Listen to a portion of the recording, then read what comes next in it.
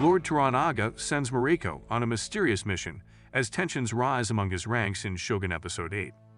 In the last episode of Atek's acclaimed period-set drama series, a betrayal left Toranaga seemingly without options and facing the prospect of surrender. Toranaga may be prepared to accept his fate, but the same is not necessarily true of those around him, including John Blackthorne, who by the end of Shogun Episode 7 seemed ready to reject the honors bestowed on him and leave Toranaga's army behind. The full strength of Mariko's bond with Toranaga was revealed 2 episodes ago, when her backstory was finally fleshed out, and Toranaga's role in guiding her destiny was made plain. Last episode, Mariko's shame over not dying with her family led her to make a desperate plea to Toranaga that he allow her to finally die with honor by committing seppuku, but Toranaga has other plans for her. For some time now, the sky over Japan in Shogun has been gray, reflecting the character's tense and occasionally hopeless atmosphere. However, as the abyss of life opens and Toranaga's party travels to Ado, the sky seems exceptionally bleak. Even though not everyone can be classified as in mourning, everyone has been affected by Nagakato's death. Ibushige, for example, adopts a grimly comedic philosophical stance, concluding that Toranaga's son's death by slipping on a rock while attempting to kill his uncle should be regarded as lower than boiling but higher than eaten by dogs. However, Toranaga himself sets the example for most others, as his seeming sorrow makes it hard for him to say anything at all. Blackthorne experiences mixed emotions upon landing in Ado. While he is excited to see his crew again, he also knows that going to Osaka with Toranaga would require saying goodbye to Mariko, something he really does not want to do. Everyone seems to fit in with the clouds. Perhaps this explains why Osaka is seeing a dramatic increase of light, as Ishido rejoices at Toranaga's defeat with Achiba, whom he holds responsible for the plot that brought down his opponent.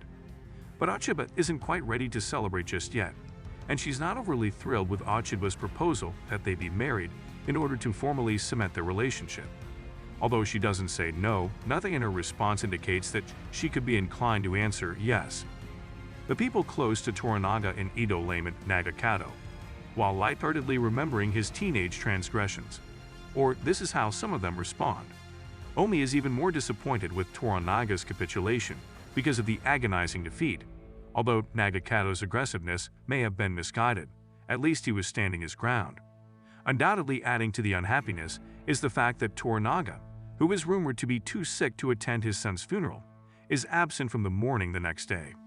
Ibushige wants to march on Osaka, agreeing with his nephew. A few generals choose to publicly criticize Toranaga's choice by donning their armor. The restlessness isn't entirely subdued by the melancholy. How sick is Toranaga, though? Mariko finds out when Buntaro breaks up a meeting between Achiba's sister and her child, who can at least sleep easily knowing that her family will be spared following Toranaga's surrender, that he's not so sick as to be without need of her. In addition, Buntaro sets the stage for a different kind of encounter by telling Mariko that he would want to prepare tea for her. We'll quickly discover that this is not a casual request. But before the suggested tea ceremony, there are other tense meetings. Father Martin, who Blackthorne grudgingly rejoins, harshly surmises that Blackthorne has been cut loose because he wouldn't be living so far from his lord otherwise.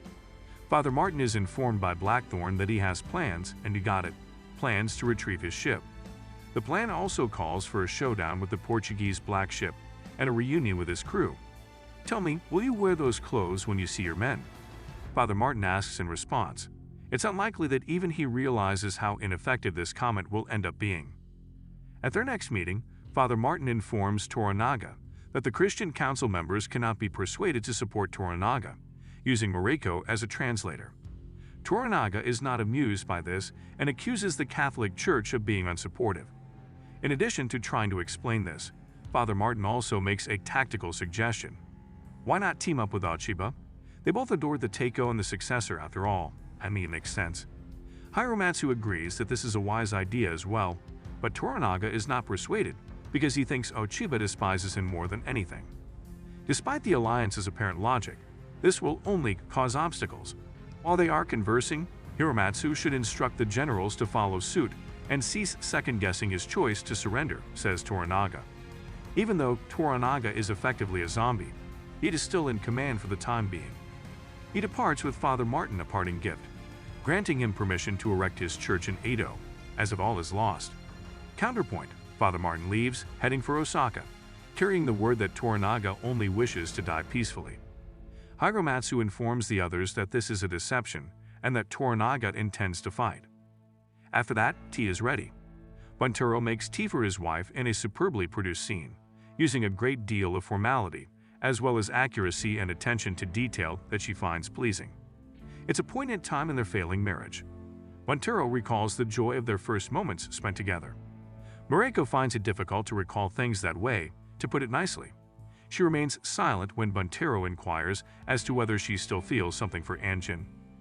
He then changes course and suggests a double suicide to put an end to their mutual suffering, and expresses disapproval of Toranaga's surrender. This idea, in Mariko's opinion, is just Buntaro's continued inability to understand. She wants to be apart from him, not die for the sake of dying.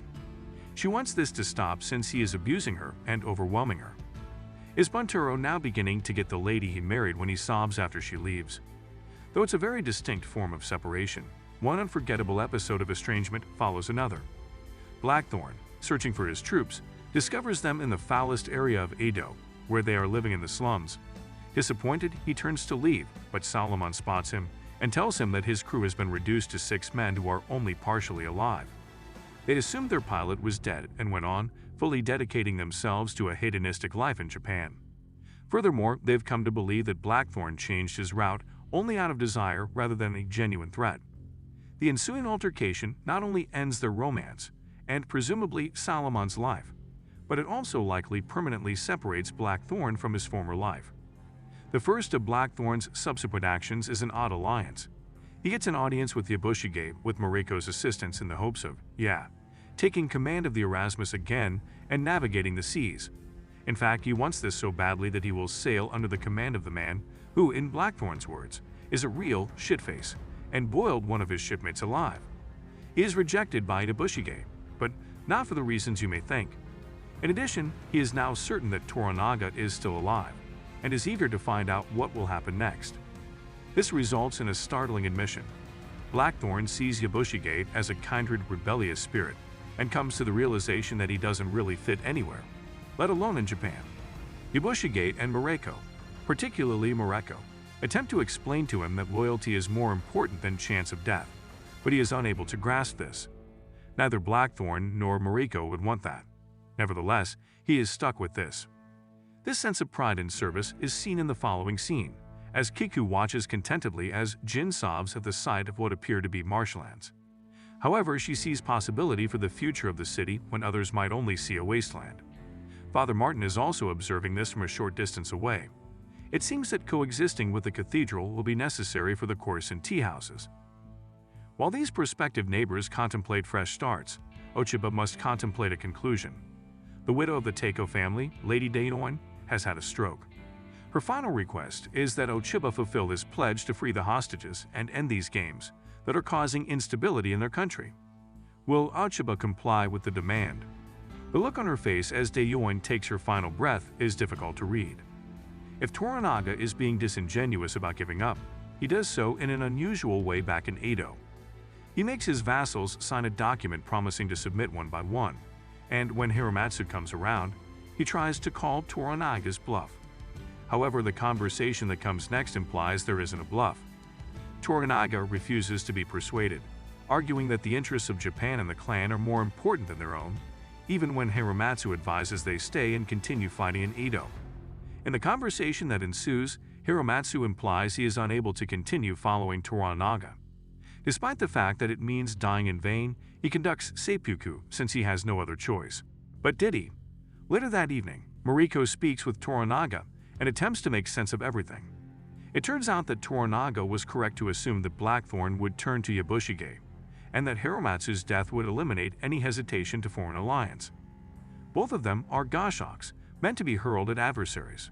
Mariko swiftly surmises that Toranaga must have known Hiromatsu would kill himself, which implies that they had to have planned this together. Hiromatsu's seppuku was largely a deception to convince everyone that Toranaga has truly given up, even if Hiromatsu is actually dead. There's only one last question. Will Mariko fulfill her necessary duty in this scheme within a scheme? However, this isn't even a question. A few of the main characters seem to obtain what they desire as the episode comes to an end. Ochiba's actions imply that she will accept Ishido, and Blackthorne's ship is returned to him with the help of Yabushige and an unexpected passenger named Mariko. Toranaga is also where he wants to be, but at what price? He has lost his son, whose death was a farewell gift that bought him time, and his closest counsel, who was also a mentor and a friend. Was it worthwhile? The last 2 episodes of Shogun will have to address that subject.